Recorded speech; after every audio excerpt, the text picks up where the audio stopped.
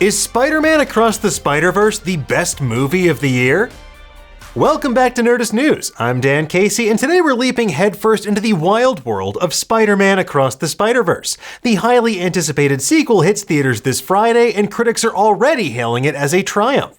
The reviews are out and they are overwhelmingly positive. Over on Nerdist, Joshua Mackey wrote that Spider-Man Across the Spider-Verse's thrilling action sequences, beautiful animation, and robust stories will make MCU fans and general moviegoers get lost in a universe that they may not want to escape. Now, I had the distinct pleasure of seeing this movie earlier in the week, and I'm not just inclined to agree, but I'm ready to say that Spider-Man Across the Spider-Verse is the best movie of the year, period.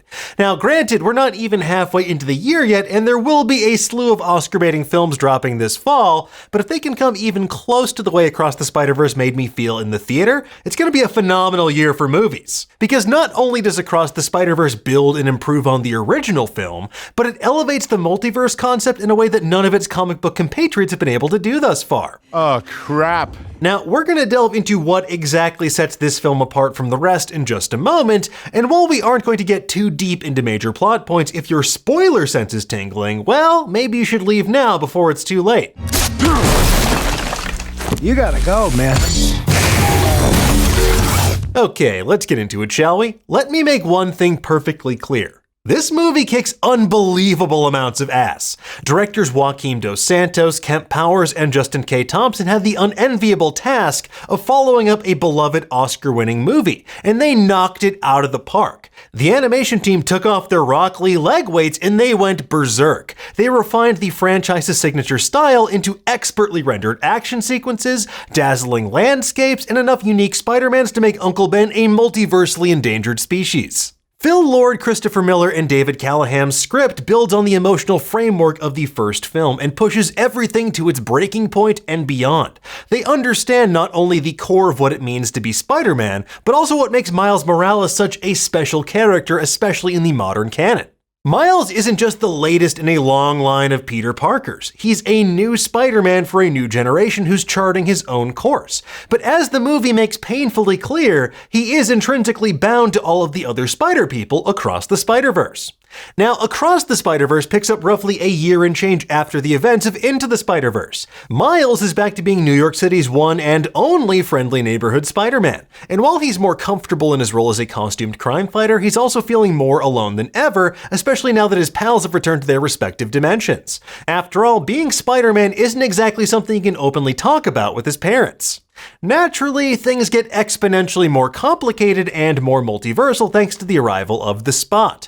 Played by Jason Schwartzman, this goofy-looking villain is something of a scientist himself, and he has a surprising connection to Miles Morales. The holes on the Spot's body aren't just for clever visual gags, they also have major ramifications for the multiverse as we know it.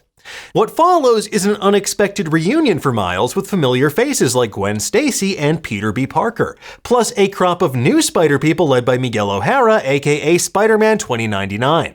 This not-so-friendly multiversal task force fills a similar role to the Time Variance Authority in Loki. They help stop threats that endanger not just one reality, but the Spider-Verse as a whole. It's a sprawling organization that includes too many Spider-People to count in a single viewing. Jessica Drew, Spider-Man India, Spider-Punk, PS4 Spider-Man, Scarlet Spider, the Bombastic Bagman, Web-Slinger, and Widow the Spider-Horse. The list goes on and on and on. And while it's definitely an elaborate setup to put the Spider-Man pointing meme to rest once and for all, the Spider-Verse here is used as the framework through which to tell Miles' coming-of-age story. And despite the Spider-Verse being an engine of infinite possibilities, Miguel O'Hara's stance is that all the Spider-People present are fundamentally cut from the same cloth. They are variants of each other with shared experiences, rather than standing apart as wholly unique entities. And there is an element of truth to that. They're all Spider-People. They recognize that with great power comes great responsibility, and they can all do whatever a spider can. But for Miles, the idea that he is not the author of his own story is anathema to his sensibilities, and it puts him distinctly at odds with his peers. And as you'll see in the film, there's a lot more to it than that, but suffice to say, the conflict between fulfilling one's destiny and charting one's own course is the crux of this movie, and it plays out powerfully over its 2-hour-plus runtime. And a quick side note, the film's runtime is the biggest complaint I've seen thus far from critics, and it isn't one that I share, but your mileage may vary. Across the Spider-Verse isn't necessarily telling a story we've never seen before. Rather, it's taking something familiar and doing it that much better. A superpowered individual wants to prevent a tragedy from happening, or to protect his loved ones, or to stop something that's supposedly destined to happen. It's a narrative that was at the heart of Spider-Man No Way Home, with Peter Parker's desire to protect his family by making the world forget his secret identity. It's at the heart of The Flash, which drops in a couple of weeks. That movie puts a fresh spin on the classic Flashpoint storyline, in which Barry Allen tries to stop his mother's murder by going back in time to prevent it from happening. What sets Across the Spider-Verse apart, though, is that it doesn't portray what Miles wants to do as inherently selfish. Rather, he is optimistic amid a sea of cynicism. Now, in part, this is a metatextual reaction to fandom and the notion of who can be the real Spider-Man. Animation guru Johnny Tuchellos interviewed the directors of Across the Spider-Verse for Nerdist, and they spoke about how the film's ruminations on what constitutes canon was a direct response to people out there that don't accept Miles Morales as the quote-unquote real Spider-Man. I remember when Miles Morales comic book first came out, there were people who were rejecting Miles as a character, for their reasons. And, but like, obviously that, that's not how we think it should be, and we wanted to talk directly to that and actually almost stick it to that mentality of no, anyone can wear the mask, and there is and if Spider-Man is a character that is owned by the entire world should be represented in that character. Right.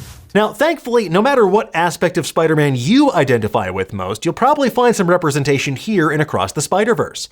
But beyond the film's narrative achievements, I also want to touch on its dazzling feats of artistry. From its frenetic fight scenes, to cleverly deployed first-person POV shots, to quieter moments with characters set against vast cityscapes, this movie is a non-stop visual feast that demands repeat viewings, especially if you want to unlock all of its many secrets, gags, and details. The film's use of color in particular is uncanny in the way it conveys both action and tone.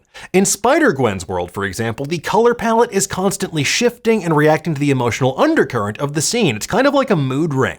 It's evocative of iconic anime series like JoJo's Bizarre Adventure, where sudden and dramatic shifts in the color palette underscore the subtext of a scene and heighten the emotional stakes.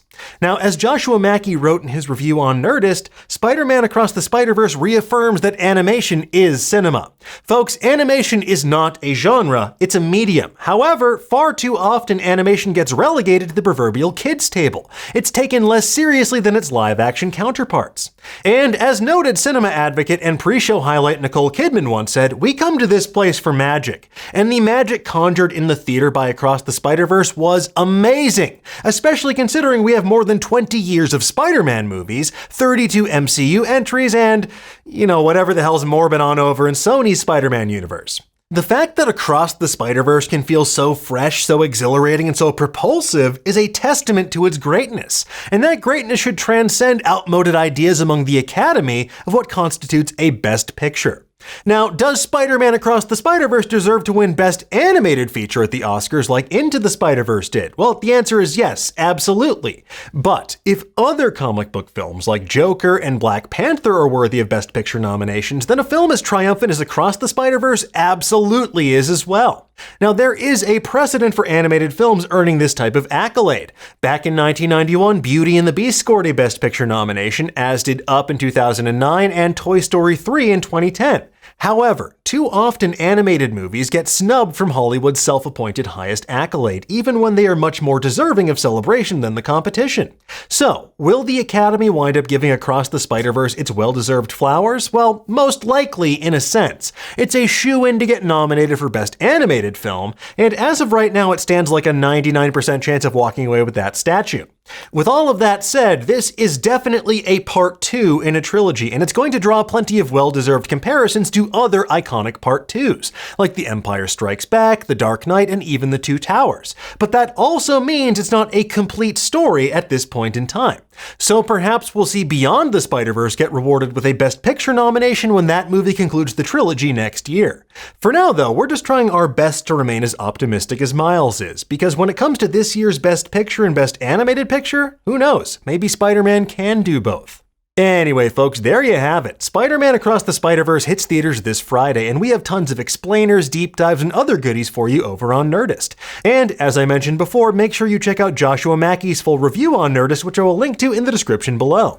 For now, though, tell us, what do you think? Do you think a movie like Spider-Man Across the Spider-Verse can take home Best Picture? What's your favorite movie of the year so far? Let us know in the comments below, and for the latest and greatest in the world of pop culture, make sure you stay tuned to Nerdist.com.